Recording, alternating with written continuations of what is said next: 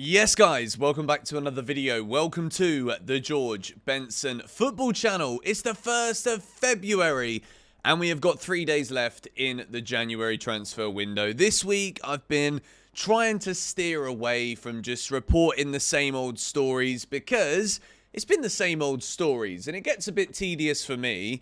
And I imagine it can probably get a bit tedious for you as well. I've spoken my mind a lot this week. I made a video yesterday also talking about João Felix. It's a different kind of video where I focus a little bit more on the stats and the potential solutions that Maresca can find for a player that divides opinion. I'd love it if you guys could check out that video. But today we're going to discuss all of the latest Chelsea news, and I'd say the dominant story that I want to talk about today is Chelsea reigniting their interest once again in Brighton's Irish striker Evan Ferguson. But let's go from the very top and we begin with the latest on Mathys Tel, who apparently has rejected Tottenham Hotspur, which to me is not a surprise. If you're looking at Spurs right now, there aren't many clubs, I think, that you'd look at the way that things have gone, the way that things are going. There's not many that are as questionable as Chelsea. Mathys Tel,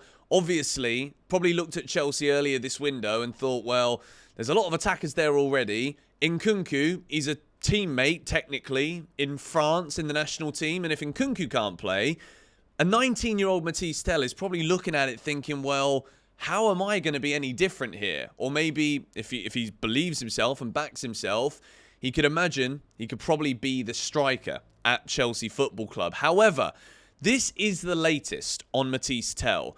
Mathys Tel and his agent are in Munich together to assess all options after rejecting Spurs' proposal. Tottenham will explore other targets while Tel will consider other bids for loan/permanent move. Manchester United, Chelsea, Arsenal and Aston Villa all in contact. So if I was Mathys Tel, I would probably be looking at Arsenal and thinking, I fit straight in there. Manchester United, I fit straight in there. Apparently even Rasmus Højlund might be on the way out of Manchester United too, because Amorim doesn't fancy him. So I can understand why Tel would look at Chelsea and think, well, if I'm going to play on the left wing, they've got Sancho there. We still don't know about the results for Mudryk, but Sancho's the left winger. Neto can also play there. Noni Madueke is getting picked more often than not on the right. Neto can also play there. And Nicholas Jackson, yes, he's not firing, but does Mathys Tel want to be that out-and-out striker? Does he back himself? I think if Mathys Tel was to come to Chelsea, I would also say that a loan could be good for Chelsea potentially, because there's been so many times where we've bought in strikers and it just hasn't worked. And you can see very quickly that when Enzo Maresca has got players available to him, he's very stubborn. He likes certain players to do certain things, and if you don't do that, you're not getting picked, which is what we were talking about yesterday in the João Felix video. I know that a lot of you guys will be wondering also, the press conference is done. When is the West Ham preview? That is coming out tomorrow. And I've just been deliberating on so many things regarding that preview, so look forward to that one tomorrow. But Mathys Tel, look, I think Chelsea should have moved on this one way quicker. Mathys Tel is a very exciting young player, but is he going to be the outright solution, or is it just another youngster that we'd have to nurture, build, grow, that doesn't answer the problems that are in front of our face right now? So Spurs actually made an offer of 60 million euros for Mathys Tel, and he rejected that. And when you start to look at these prices for Mathys Tel, you're like, well, why would Chelsea not just try and go for a loan right now? If Tel is open to either being bought or loaned in this January window, go for the loan, see if it actually works out. If he's good and fires, fantastic. He's worth about 60 million euros. Good price, decent price for a player with so much potential. But if he's scoring goals on that loan at Chelsea, then it makes sense to buy him. If not, you narrow down that pecking order of strikers that we're looking at for the summer, and hopefully it will teach us that we need to buy a more experienced player such as a Victor Osimhen, who will be on the market this summer once his loan is finished at Galatasaray. Not going to talk about it because it's a nothing story, but Galatasaray signing Alvaro Morata on loan did get me thinking that crazy things could happen, but it's not going to happen in January from what I can feel and understand. Not that I know anything, to be honest. I just give my opinions on the reports. But Matisse Tell to Chelsea, don't rule it out as of yet. Aston Villa had more contact over Joao Felix yesterday. Aston Villa are going to move for this now quickly. Aston Villa have sold John Duran to Al Nassr, and my thoughts on that, it's a crazy move for a player that is obviously so good at such a young age to be 21 and going to play for Al Nassr. He's gone for the money, we know that, but at the same time, a lot of players will do this, know that they're still young, know that there's still going to be clubs in Europe that want them, and he's still going to get another big money move. So he's going to make the packet, score a load of goals for Al Nassr, and that's just going to be it. John Duran will be on the market in 3 or 4 years, and by that point, probably Chelsea will still be looking for a striker, the way that we are moving right now. So Joao Felix, I made a big video on him yesterday. It was a full 18-minute episode breaking down the stats of his whole career and figuring out why he's one of those players, characters that a lot of managers and a lot of clubs have been unable to understand. Unai Emery is a fantastic manager, and I think he'd do very well at Aston Villa. But we move into the next story. Cesare Casadei to Torino from Chelsea. Here we go. This is from Fabrizio Romano. Agreement done between all parties. Medical completed. €15 million package for Chelsea. Plus 25% sell-on clause. Casadei signed his Torino contract a few minutes ago. This is good. It's been dragged on for a long time. And I must admit, there's been points this week where I looked at all of these clubs that were interested in Cesare Casadei. I think Porto apparently entered the race this week. Lazio were in there as well. A couple of other clubs from Italy at the beginning of January. But to get €15 million for a player that's not really shown anything at Chelsea, we basically got our money back from what we spent on him. And as a result of that, we've made 25% on the sell-on clause. If he does, in fact, become one of those players that the top clubs in Italy, you can imagine, if Casadei does grow into what we were told he was supposed to be, like this all-round box-to-box midfielder, can play as an 8, can play as a 6, can play as a 10. Chelsea, including that 25% sell-on clause, this could end up being good business. But again, Casadei is finally gone. We move. Another player that has left Chelsea, Harvey Vale, leaves Chelsea and joins QPR on initial free transfer. Bonuses and sell-on clause are included based on performances. Contract until 2028 and medical ready. Harvey Vale was never really going to make it at Chelsea, let's be honest. He was kind of always touted around the squad, like he was going to get minutes here in the Cup. Could he start there? Could he be there? And it's just not Chelsea level. So I think this is the right move for him moving forward. Now, we've got to discuss here the main story, and then we're going to finish with a couple of other ones. Chelsea are yet to make a decision on whether to make a bid for Evan Ferguson before the end of the transfer window. Before I talk specifically about Evan Ferguson, why are Chelsea just not making decisions about the strikers? I know that there's a lot of talk at the moment about club briefings, a lot of PR regarding Chelsea's interest in strikers. A lot of journalists have been saying Chelsea going to be busy in the window, but it's going to be outgoings predominantly. But the more football we see, Jackson's not scored in 7 matches. We shouldn't be umming and ahhing, deliberating about signing a striker. Is Evan Ferguson the answer? Probably not, to be very honest. This is also from Ben Jacobs here. Chelsea have a long-standing interest in Evan Ferguson. As reported over the summer, CFC monitoring the situation, West Ham pushing, and other Premier League clubs interested. All exit options on the table for Ferguson as long as Brighton's valuation met.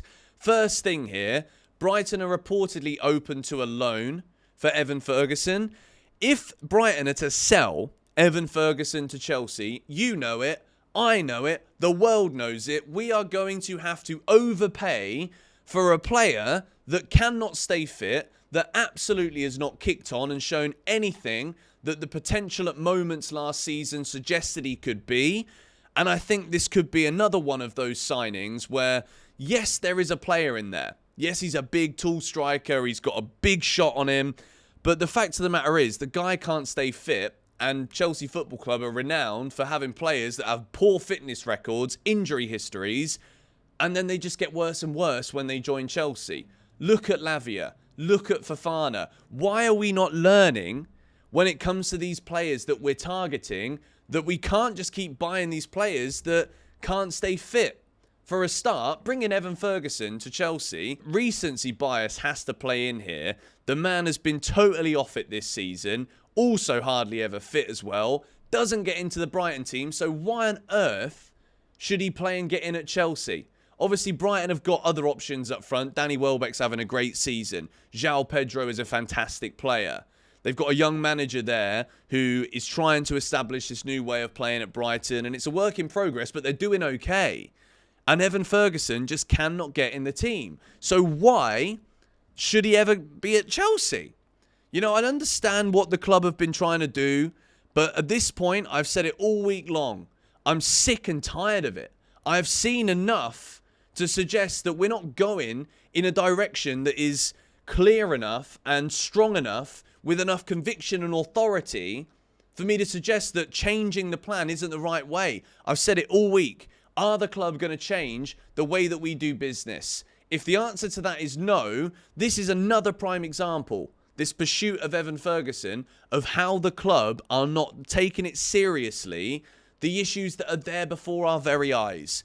And it's why I've not been doing news videos every day this week, because to be honest, the only thing I feel like doing is saying the same thing, because I'm so sure that right now at Chelsea, we don't need another young, relatively unproven striker to come in who's got a poor injury record and expect it to work. Because I don't expect it to work. I don't expect Evan Ferguson to come in and Maresca to put him straight in the team straight away.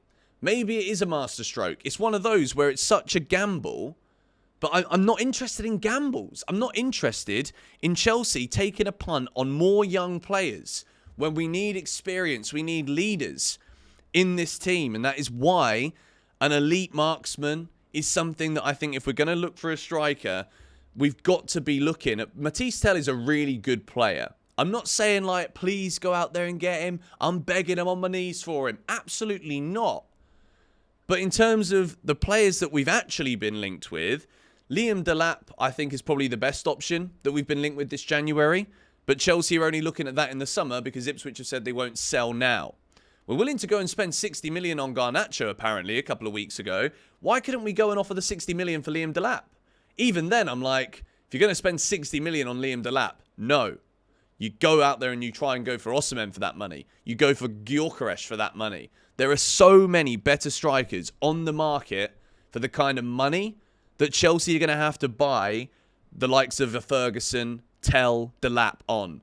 So for me, I want an Osimhen, I want a Gyökeres, but unfortunately I also want a striker now. So if it's a loan for Evan Ferguson, fine, but no obligations to buy, because the chances are he'll come into Chelsea, won't really do very much, but then we're forced to buy him in the summer, and then that's the elite striker dream gone in the summer again. It's the 1st of flipping February, and we still don't have backup for Nicholas Jackson. We've still got a player at the club in Christopher Nkunku that doesn't want to be there. We still don't know what to do with Felix. And Mark Guiu is still giving everything in training most likely, but isn't ready. It's outrageous. It's absolutely outrageous. We finish.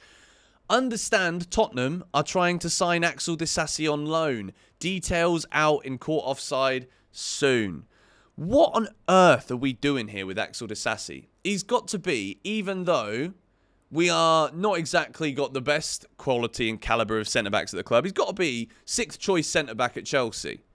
I don't care where this man goes. If I'm being very honest with you, I don't think he's a good enough defender to give Chelsea any worries that we're strengthening a Premier League rival.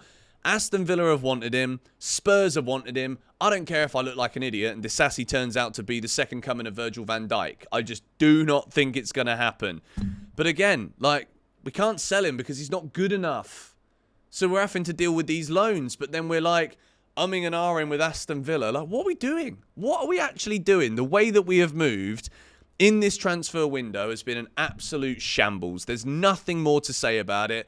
And luckily, we've got West Ham on Monday. So this will probably be the final news video of this transfer window. So thank you for staying patient with me in the month of January. I'm sorry I've had no good news to talk about. We're not winning football matches on the pitch, apart from Wolves. We're not doing any kind of serious business off of the pitch. And all of my genuine thoughts about the club in a negative light are being proven day by day with the way that we're approaching players, with the strategy that we've got where it's either youngsters or nothing. Just get a proven goal scorer, for goodness sake. Bring me a proven goal scorer. But anyway, your thoughts on all these stories in the comments down below. I say this will probably be the last news video. It might not be. We've seen crazy things happen with Chelsea in the transfer window before, and it's going to be closed now until the end of the season. So let's see what we do. Let me know your thoughts in the comments. Stay tuned tomorrow. West Ham preview. It's going to be a big one. This is a huge match for us. It's a massive game. Come on, you Blues.